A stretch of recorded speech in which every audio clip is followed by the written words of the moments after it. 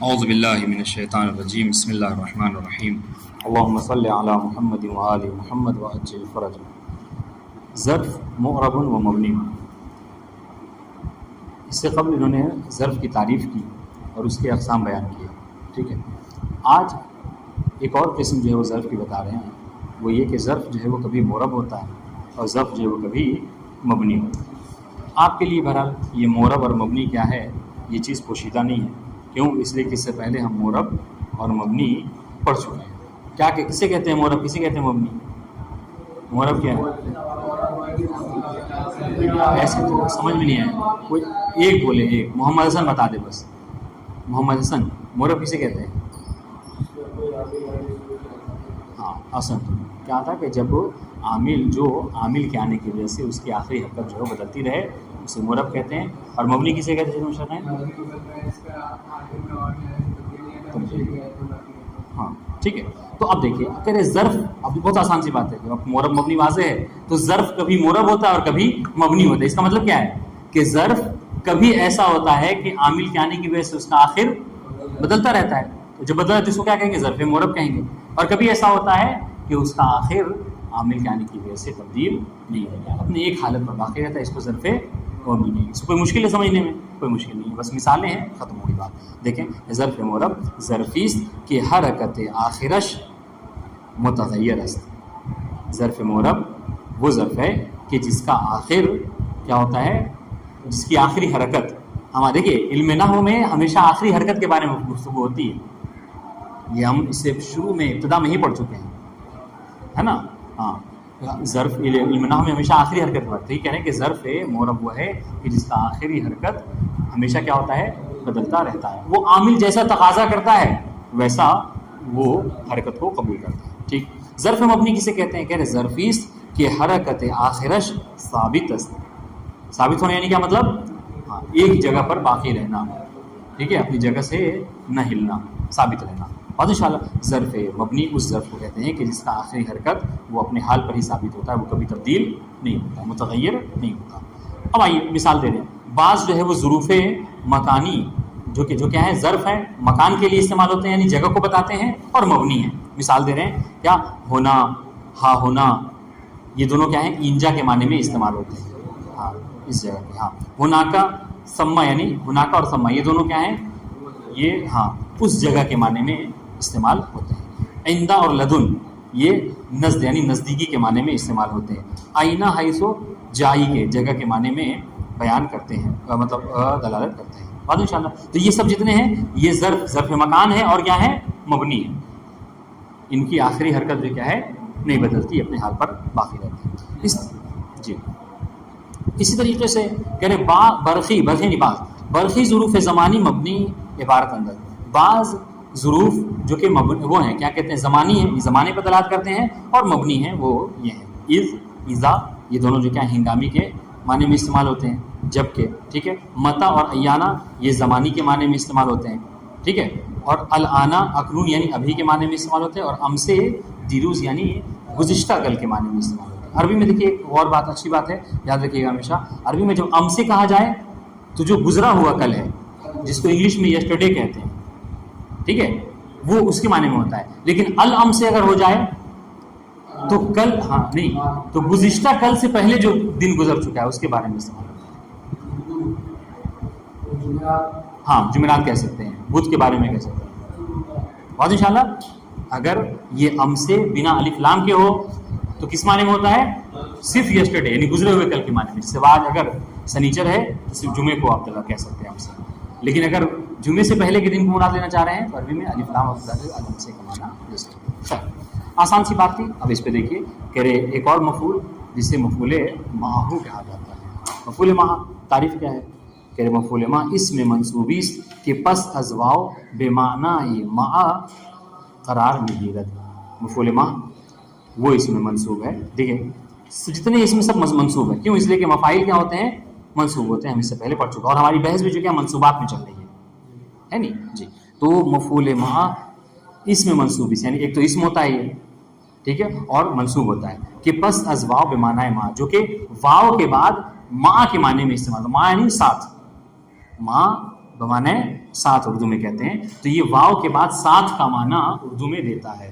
مثال دے رہے ہیں جیسے سافرت وسعیدن، ترجمہ کیا ہوگا؟ باسعید مسافرت کرتا ہوں، یعنی میں نے سفر کیا سعید کے ساتھ. تو دیکھیے جو تعریف کی اس پہ تطبیق ہو رہی کہ نہیں. دیکھیے تعریف میں کیا کہا اس میں منصوب، ہماری محل شاہد کیا ہے اس میں؟ سافرت وسعیدن میں سعیدن ہے. سعیدن پہ غور کیجیے گا. سعیدن دیکھیں اسم ہے، منصوب ہے، واو کے بعد آیا ہے اور ساتھ کا معنی دے رہا ہے. اسم دیکھیے چار چیزیں، اسم ہو، منصوب ہو، واو کے بعد ہو اور میت کا یعنی ساتھ کا معنی دے. یہ چار چیزیں مفعول معاملہ ہوتا ہے. واو واو ساتھ، واو اس کو کہتے ہیں واو المعیہ. البتہ یہ ہے کہ دیکھیے معنی تو وہ دے گا سعیدن ہی چونکہ مفعول معہ ہو، لیکن یہ واو اور بس یہ کہ واو کا ہونا بہرحال ضروری ہے، جس کو کہتے ہیں واو المعیہ کہا جاتا ہے. اگر واو تو نہیں ہوگا، نہیں ہوگا. ہاں واو کا ہونا ضروری ہے. دیکھیے تو کیا کہا اسے میں نے کہا، آپ نے غور نہیں کیا، ہم نے کہا کہ چار چیزیں مفعول معہ میں ہونا ضروری ہے. اسم ہو، منصوب ہو، واو کے بعد آئے اور جو کیا ہے معنی ماہیت ہو رکھتا ہوں. ٹھیک ہے. سافر تو ہوا سعیدن. کوئی مشکل ہے تعریف کو سمجھنے میں؟ محمد حسن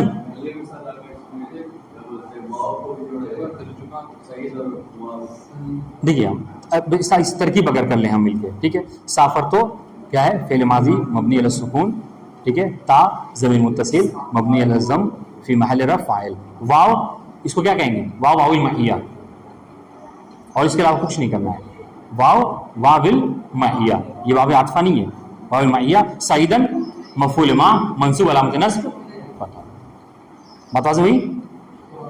ٹھیک ہے.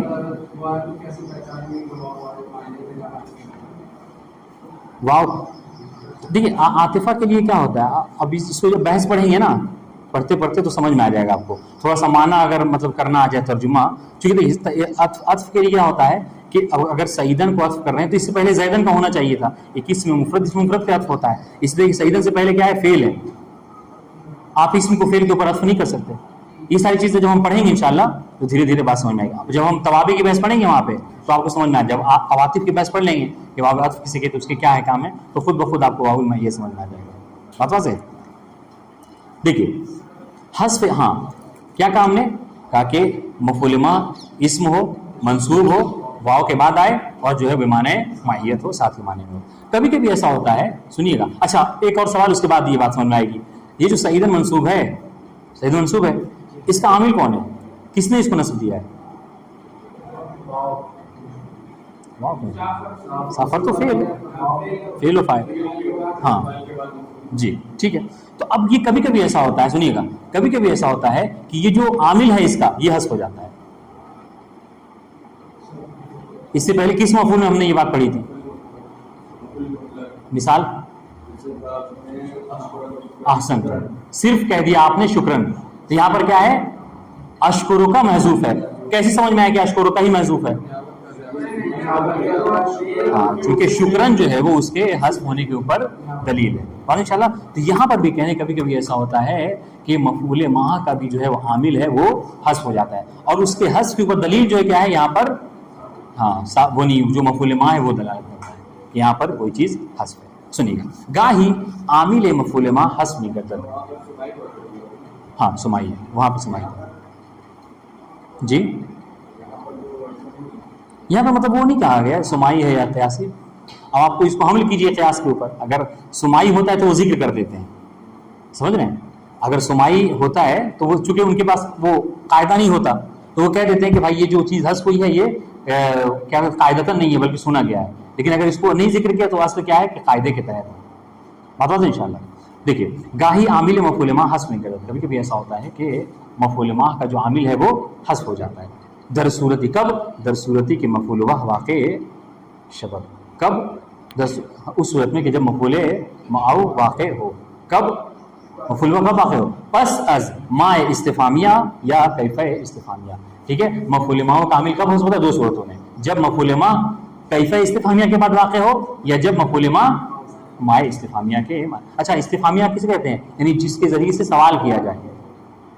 واضح انشاءاللہ. تو جب کبھی مفعول ما واقع ہوتا ہے، بہت آسان سے بات ہے، ایک جملے میں آپ یاد کر سکتے ہیں، جب کبھی مفعول ما مائے استفہامیہ یا کیفہ استفہامیہ کے بعد واقع ہو تو اس کا عامل حذف ہے. ختم، بس یاد کریں. اب اس کے بعد کیا آپ کو بس مثال یاد کرنی ہے. دیکھیے مثال دے رہے ہیں، ما انت والخطابہ تورا بسخنانی شکار، یعنی تمہیں تقریر سے کیا مطلب، سخنانی سے کیا، سخنانی تقریر ہے نا. ہاں تو یہاں پر دیکھیے، ہاں اس میں یہاں پہ حذف کیا ہے، تکونو عام طور سے غالباً ہوتا ہے، تکونو جو غالباً یہاں پر حذف ہوتا ہے. تو کیا کہیں گے، ہاں ما تکونو والخطابہ، ما انت تکونو والخطابہ. بات انشاءاللہ. تو عام طور سے یہاں پر آپ لکھ لیجئے گا کہ یہاں پہ جو ورڈ جو حذف ہوتا ہے وہ عامل وہ تکونو کی صورت میں ہوتا ہے. تکونو یعنی تم ہوگے، یعنی کیا تمہاری ذات ہے، اور جو کیا ہے خطابت، یعنی کہاں تم، سامنے والے کو یہ کہنا چاہ رہے ہیں کہ کہاں تم اور کہاں خطابت. جیسے آپ نے کبھی ایسے کو دیکھ لیا کہ جو واقعی خطابت کا اہل نہیں تھا اور بیٹھ کر جو کیا ہے تقریر کرنے لگا، آپ کہیں گے تم اور تقریر کر رہے ہو مثلا. یہ یا کیفہ استفہامیہ، بات انشاءاللہ یہ بھی ہے. کیفہ انت والنحو، آپ نے دیکھا کہ کوئی ایسا طالب علم ہے کہ جو کبھی نحو پڑھا نہیں ہے اور وہ لوگوں کو کیا ہے نحو کے قانون بتا رہا ہے، تو آپ کیا کہیں گے، کیفہ انت تقول والنحو، کہ کہاں تم اور کہاں نحو کے قوانین.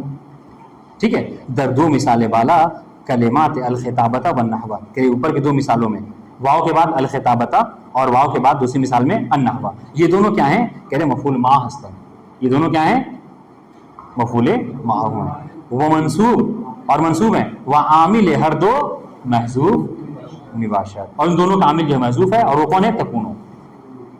واضح انشاءاللہ جی. والسلام علیکم ورحمۃ اللہ وبرکاتہ. اس کو ذرا سا مباحثہ کیجیے گا اور کل اس کا مطلب بتائیے.